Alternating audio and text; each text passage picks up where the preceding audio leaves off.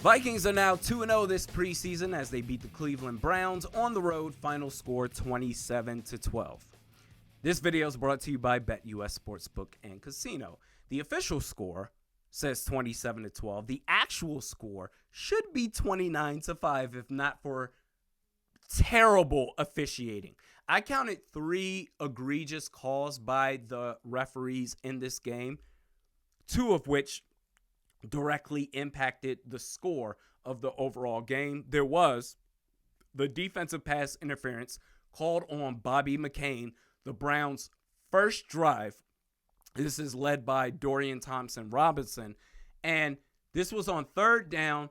I didn't agree with that pass interference call at all. I thought both players were simply going for it. Let it happen. Boom, fourth down. Instead, this allowed the Browns to keep the drive going, marked them at the 2 or 1 yard line of the Vikings. That was an easy score. That was the only touchdown that the Browns scored all game long. The defense was lights out. The second egregious call, Brian Asamoah got a safety on Dorian Thompson-Robinson. Clear as day. The referees then reviewed it. And listen, man, if you want to do a better job of not insulting the intelligence of the NFL fan base, you want to say that's not a safety? Okay, fine. We'll mark them at the half yard or the 1 yard line. They marked them at the 2, which deciphering between a safety and not marking them at the 2 yard line, that says it wasn't even close. Are you kidding me? And then at the end, Duke Shelley got a forced fumble recovered by the Vikings, and they said, actually, no, that wasn't the case. If this is a sign of things to come when it comes to officiating, I said this on the live stream, last year was the worst overall performance by officiating crews league-wide that I've ever seen. Every week there was an issue with bad calls that were made or calls that should have been made but weren't made that directly impacted the outcome of games. If this is a sign of things to come, hey, bro, look out. But that aside, I said I wanted to see a defensive masterclass, and we got that. Several players to mention, really on both sides of the ball. But on defense, Brian Asamoah, that should have been a safety. I'm going to get to this guy last. Dwight McGlothern got an interception. He also got a pass breakup. I mean, we need all the help we can get at corner. So he's making a name for himself. Surely, if we can also add Stephon Gilmore to the mix, wow. Okay, that's something that you can hang your hat on.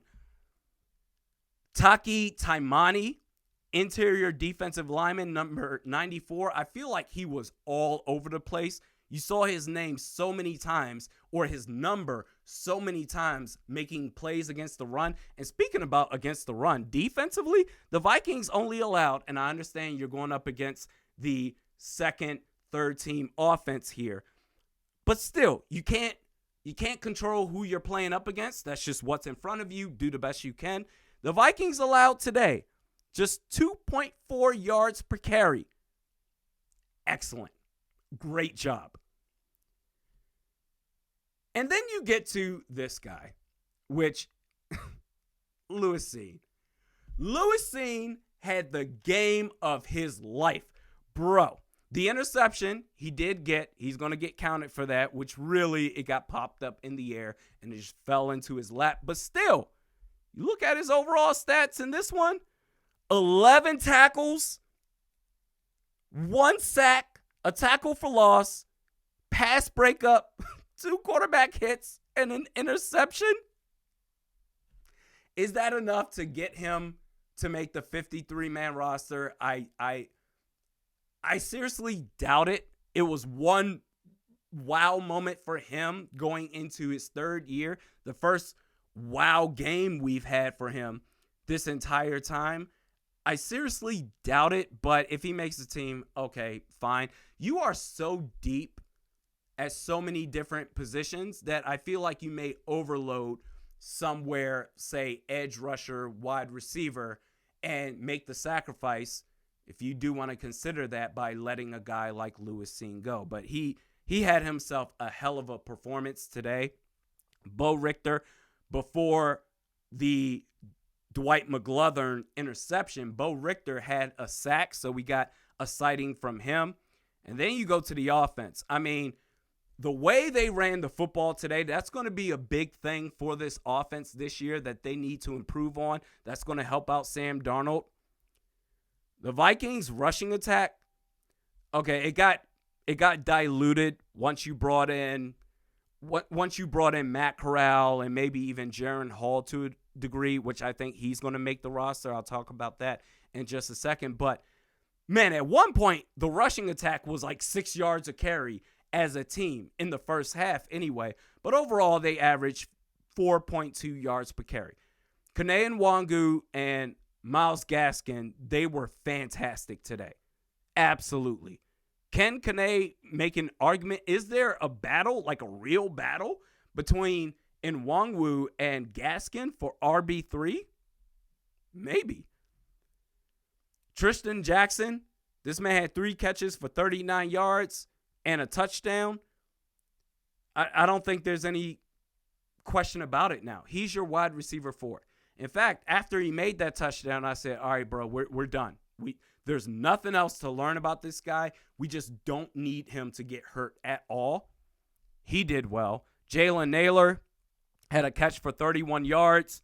I talked about Myles Gaskin. Myles Gaskin, 9 carries, 45 yards. Kene, 7 carries, 45 yards.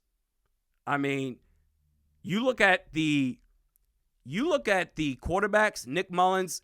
This is about as Nick Mullins of a stat as you can get. 11 completions out of 21 attempts, 135 yards, a touchdown. Got sacked 3 times, minus 22 yards.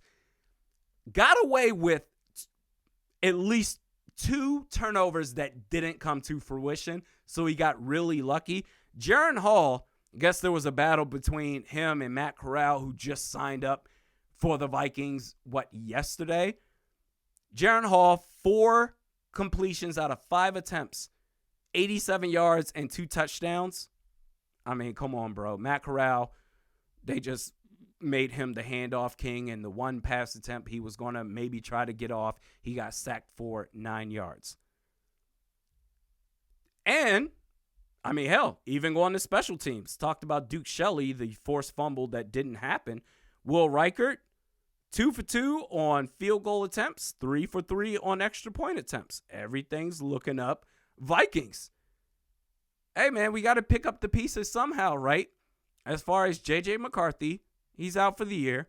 Okay. I would say fine, but not really fine. He's out for the year, but I mean, my God, we're leaving here with something, right? This was honestly, I wanted a defensive masterclass. I just wanted to see something defensively. And in actuality, you holding the Browns to really 5 points, credited with 12, which really, whatever. I'll take that.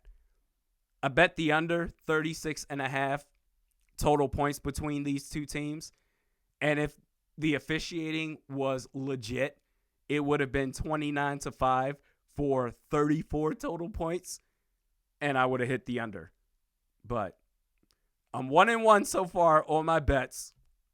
And the one loss I have, I'm going to put an asterisk next to this. Sign up for BetUS Sportsbook and Casino. Get a 125% bonus on your first 3 deposits up to $2,000. This was a solid performance by the Vikings. And we got one more preseason game left. I like what I've seen so far. Absolutely. Deep as hell at edge rusher, wide receiver. I mean, Malik Knowles made a hell of a play. And safety. Look at us. Who could have seen this coming? Not me. Shout out again to the folks at BetUS Sportsbook and Casino. We'll see you next time.